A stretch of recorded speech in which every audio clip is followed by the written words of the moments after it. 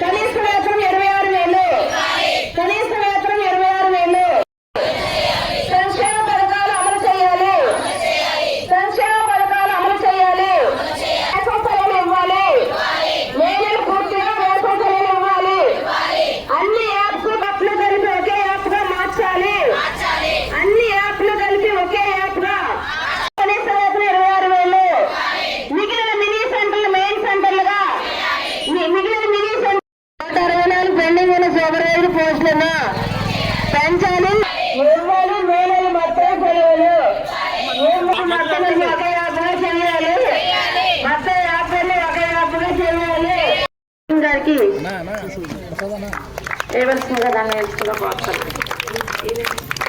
Eluru project leader షమీమ గారికి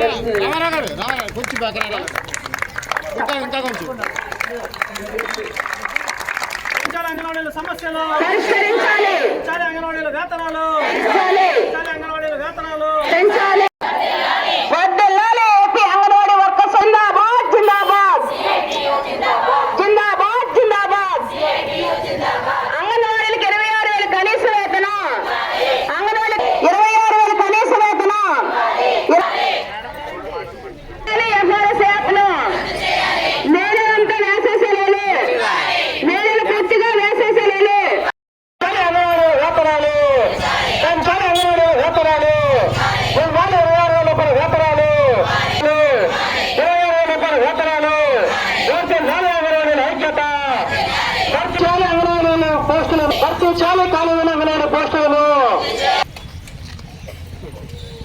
ఐక్యత. అంగన్వాడీల ఐక్యత.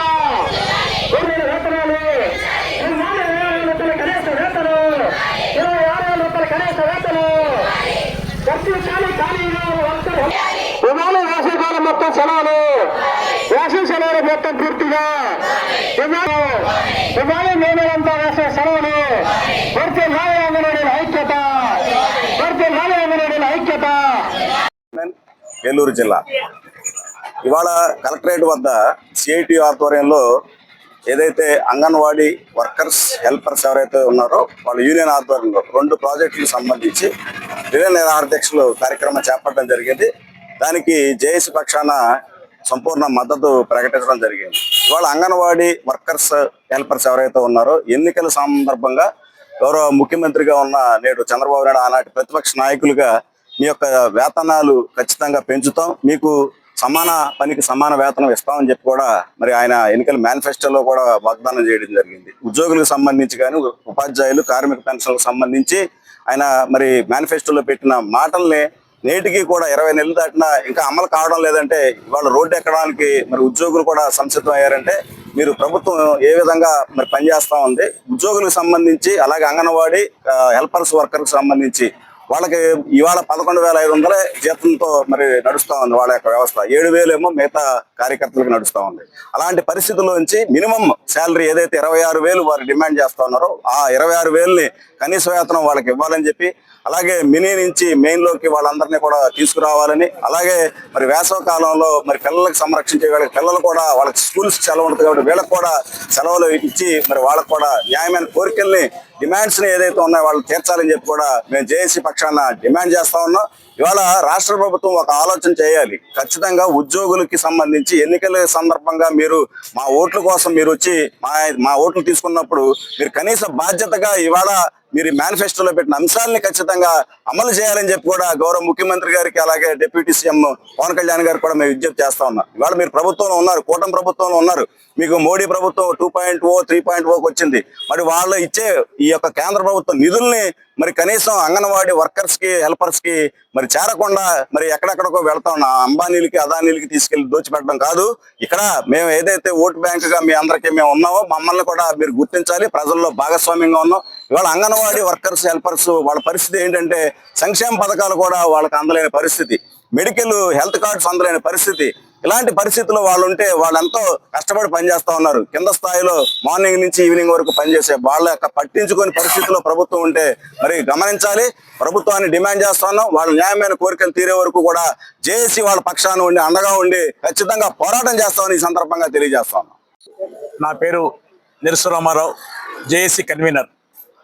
ఈ రోజున జేఏసీలో భాగస్వామ్యంగా ఉన్న సిఐటి ఆధ్వర్యంలో అంగన్వాడీ వర్కర్స్ అండ్ హెల్పర్స్ ఆధ్వర్యంలో జరుగుతున్న నిరాహార దీక్ష, రిలే నిరాహార దీక్ష శిబిరం చాలా బాధాకర విషయం. ప్రతిరోజు బాలింతలకి, పిల్లలకి అందరికీ ఆహారాన్ని అందిస్తూ వాళ్ళ పౌష్టికాహారం చూసే వీళ్ళు నిరాహార దీక్ష కూర్చోవడం అంటే కనుక ప్రభుత్వం పూర్తిగా ఆలోచన చేసుకుని వీళ్ళ న్యాయపరమైన డిమాండ్స్ తీర్చాల్సిన బాధ్యత ఉంది. గౌరవ ముఖ్యమంత్రి గారు అన్నారు, సంపద సృష్టిస్తాం, అందరికీ పంచిపెడతామన్నారు. సంపద సృష్టించామని చెప్పారు. ఆ రాష్ట్ర ఆర్థిక పరిస్థితి గాడిలో పడిందని రాష్ట్ర ముఖ్యమంత్రి గారు నిన్న మొన్న పేపర్లో కూడా ఇచ్చారు. కానీ ఈ రోజున ఉద్యోగులు కానీ, ఉపాధ్యాయులు కానీ, అటు అంగన్వాడీ టీచర్స్ కానీ ఎవరికి కూడా ఆర్థికంగా ఏ విధమైన వెసులుబాటు జరగట్లేదు. ప్రతి సంవత్సరం 10% మున్సిపల్ ట్యాక్స్ పెంచుతున్నారు, ఆ వస్తుంది, అది కలెక్ట్ చేసే ఉద్యోగులకి ఏం లేదు. అలాగే 11,000తో 6 సంవత్సరాల నుండి వీళ్ళు ఉద్యోగం చేస్తున్నారు. ప్రతిరోజు అన్ని పెరిగిపోతున్నాయి. పెట్రోల్ రేట్ల ధరల కాడి నుంచి, నిత్యావసర వస్తువుల కాడి నుంచి అన్ని పెరిగిపోతున్నాయి. అటువంటి వీళ్ళు కేవలం వీళ్ళు మినిమం శాలరీస్ పెంచమని అడుగుతున్నారు. అంతకుమించి వాళ్ళు ఏం అడగట్లా, జీతం అడిగేది. ఈ రోజున ఒక కూలీ పని చేసుకునే వ్యక్తి కూలికి వెళ్తే రోజుకి 800 నుంచి 1000 రూపాయలు సంపాదిస్తున్నారు. కానీ అంగన్వాడీలో పనిచేసే మినీ అంగన్వాడీ వాళ్ళకి 200 రూపాయలు, మెయిన్ అంగన్వాడీ వాళ్ళకి 300 రూపాయలు వచ్చే పరిస్థితిలో ఈ రోజు ఉద్యోగం చేస్తున్నారంటే కనుక ఎంత దయనీయమైన పరిస్థితి చేస్తున్నారు. ఈ రోజు ప్రభుత్వం అర్థం చేసుకుని తక్షణం వీళ్ళ న్యాయపరమైన డిమాండ్ వీళ్ళని తీర్చడమే కాకుండా రాబోయే రేపు మార్చి 8న జరిగే మహిళా దినోత్సవం రోజున మహిళలందరూ కేవలం మహిళలే పనిచేసే అంగన్వాడీ వర్కర్స్ అండ్ హెల్పర్స్ కి ఈరోజు ప్రభుత్వం న్యాయం చేసి మహిళా దినోత్సవం రోజు వాళ్ళకి శుభవార్త చెప్పి వాళ్ళ మినిమం స్కేల్ ఇవ్వాలని కోరుకుంటున్నాను. Thank you. P Bharathi anganwadi union జిల్లా అధ్యక్షురాలిని. ఈ రోజు అంగన్వాడీల పట్ల ప్రభుత్వం చాలా నిర్లక్ష్యంగా ఉంటుంది సమస్యల పరిష్కారం చేయటంలో. కేంద్రం కానీ రాష్ట్రం కానీ అంగన్వాడీలకి దాదాపుగా 10 సంవత్సరాల నుంచి కూడా వేతనాలు పెంచట్లేదు. పెరిగిన ధరలకు అనుగుణంగా వేతనాలు పెంచాలని చెప్పేసి మేము అనేక సార్లు విన్నవించుకున్నాం. ఈ గత సంవత్సరం 2024లో 42 రోజుల పాటు సమ్మె చేశాము. కొన్ని జీవోలు ఇచ్చారు, అయితే వేతనాలు నెక్స్ట్ పెంచుతామని కూడా చెప్పారు. మరి దాన్ని ఇప్పుడు అమలు చేయాలని చెప్పేసి మేము అడుగుతున్నాం ప్రభుత్వాన్ని. ఎందుకంటే ఈ కూటమి ప్రభుత్వం ప్రతిపక్షంలో ఉండగా మేము ఈ సమస్యలు పరిష్కారం చేస్తామని మా శిబిరాలకు వచ్చి ఎన్నో వాగ్దానాలు చేశారు.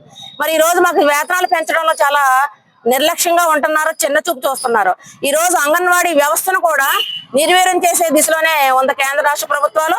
ఈ రోజు మేము చిన్న పిల్లల దగ్గర నుంచి కిషోర బాలికల దగ్గర నుంచి బాలింతలు, గర్భవతులు అందరికీ కూడా అనేక సేవలు అందిస్తున్నాం, పౌష్టికారం అందిస్తున్నాం, ప్రీ స్కూల్ నడుపుతున్నాం. ఇవన్నీ అందులో పనిచేసే కార్మికులుగా ఉన్న మాకు మాత్రం వేతనాలు పెంచడానికి మాత్రం ప్రభుత్వం పెంచట్లేదు.